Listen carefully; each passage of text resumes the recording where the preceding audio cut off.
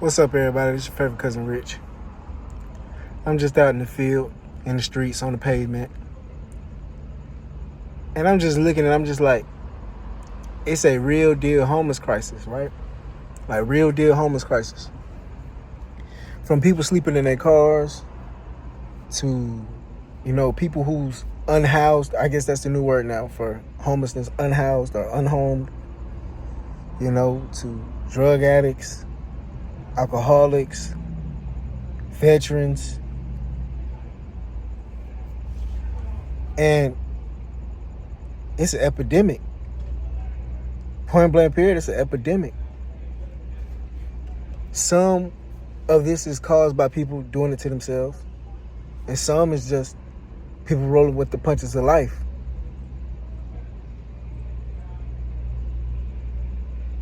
And I wonder what's going to happen next. What's the next step for these governments or apartments or, anybody who has any type of residency or owns any kind of residency or banks or anything of that sort, what's the next step? Because even people who have an apartment, have a house, whatever the case may be, a lot of people, for them, is getting thin. I saw an article about in Atlanta where 35,000 homes was owned by companies, meaning they're not going to let you buy it. They want that rent money for life.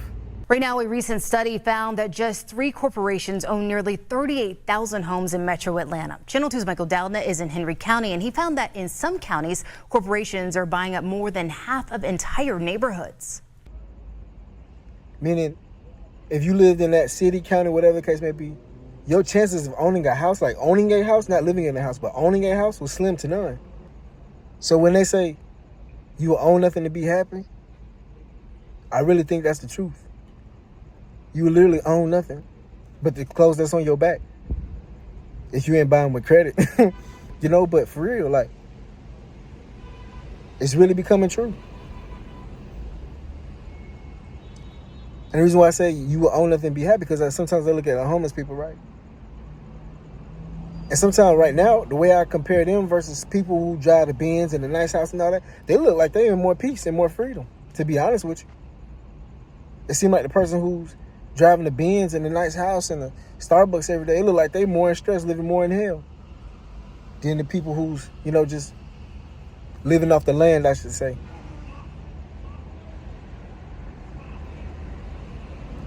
So maybe that might be the thing now, to live off the land. Maybe that might be the thing, is not to chase a dream. Let the dream come to you, I should say. I'm not saying give up, not inspiring to have things and things of that sort, but I'm just saying maybe the dream is just to be present now. Because it seems the more and more and more that we chase to have the nice house, the nice car, the this and the that, it seems like the further we go into stress, the further we go into having mental problems and psychological problems and things of that sort, depression, anxiety. Versus when you go the other way and just be present and let the things come to you. Is the American dream done? Is it true you will own nothing to be happy? Is the homeless crisis something that we should just take a blind eye to, or is it really like that? Now, I'm in LA, so of course it's probably heightened more than other places, but it's the real deal. Like, I went to the library, right, to get some work done. Every single table, every single computer, every corner was a homeless person. Now, I'm not knocking it, but it's almost like, what's going on? Now, I understand it's hot, people trying to find shelter, shade, and all that, but it's like, where do the people go if we need to really go use the library, And where do the homeless people go if they just want some shade?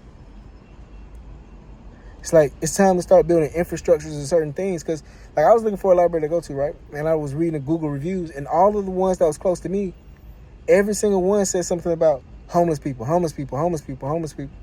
So I could be judgmental and say, these people are judging homeless people, woo, woo. But I get what they're saying. It's like, it's certain things that come along with it when you go into those type of environments, Not everybody's just homeless you know, but still keeping themselves together. Some people let themselves go, if you know what I'm talking about.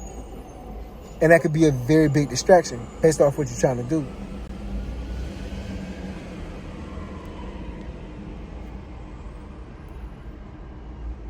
So I'm not using this to be judgmental or anything else. So I'm just using this as a realization of what I'm seeing today. Like, this talk is all over the place. You know, I couldn't get my video done because I was trying to go to the library and sketch it out and all that. But it is what it is. What I'm saying is that, how do y'all feel about what's going on in the world? You know, it's seeming like people just working to live and not be alive. Just working to pay the car note, the house note, food, and just working to work, working to work, working to work. You look down the line, vacation? No. Look down the line, can't afford to take a day off. Look down the line, can't afford for your car to break down. You know, look down the line, you can't even afford to get sick. So, it's like, where we at? Now, don't get me wrong, this is the greatest country. Don't get me wrong, we have certain advantages and things of that sort. Don't get me wrong, yeah. But is it time for us now to start adjusting our eyes? Is it time for us now to start adjusting what we're going after and how we're living our life?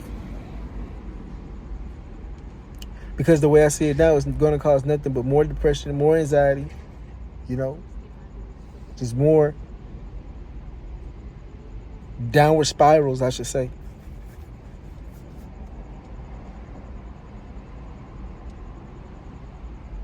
And I'm pretty sure, like, at this point in time now, people are looking up and like, it's not worth it. And I can completely understand it's not. A lot of things may not be worth it. And that's why I'm saying it's not necessarily that life itself is not worth it. You know, you got to find something that you really want and make that your object of, you know, your purpose, and you reaching for that. I think right now is the pivotal time for everybody to have purpose in their life. You know, have a specific purpose and a goal that you're working towards. And I think that is what will erase the depression and anxiety and all these things. Because if you don't have a direct purpose that you're aiming for, one that was on your heart, not one that society's giving you or your folks gave you, your community gave you. I'm not talking about that. Like, your parents want you to be a doctor, so you feel like that's your... I'm not talking about that. What I'm talking about is what's on your heart.